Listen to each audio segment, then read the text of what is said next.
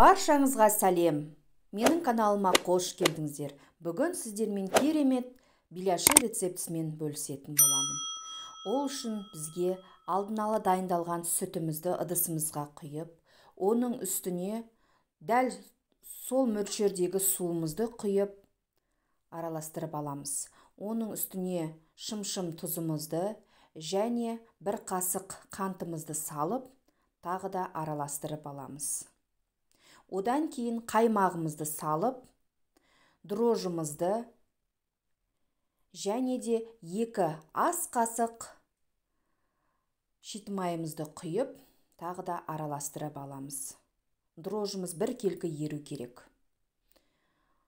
Дәл осы қоспамыздың үстіне ақырындап електен өткізілген ұнымызды салып, бірден салмаймыз, ақырындап сала отырып, жұмсақ қамыр илейміз.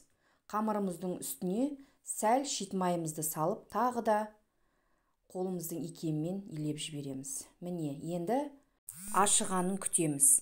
Арасына салатын салмамызға кірісеміз. Ол үшін бізге алдын ала 2 рет қайтара өткізілген фаршымыздың үстіне майдалап туралған пиязымызды және үккіштен өткізілген картобымызды салып, дәміне қарай тұзымызды салып, одан кейін қалауыңызша бұрышыңызды салып, жақсылап қолымыздың көмегімен бір келкі етіп араластырып аламыз.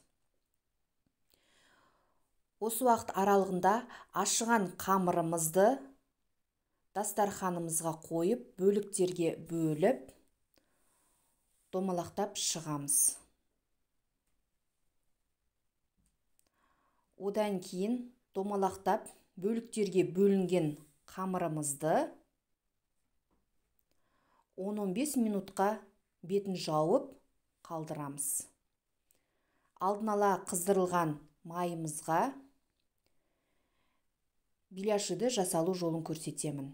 Осылай қолымыздың көмегімен майға малып алып, ортасына салмамызды салып, тек шетін ғана бір кейіл түйіп шығамыз.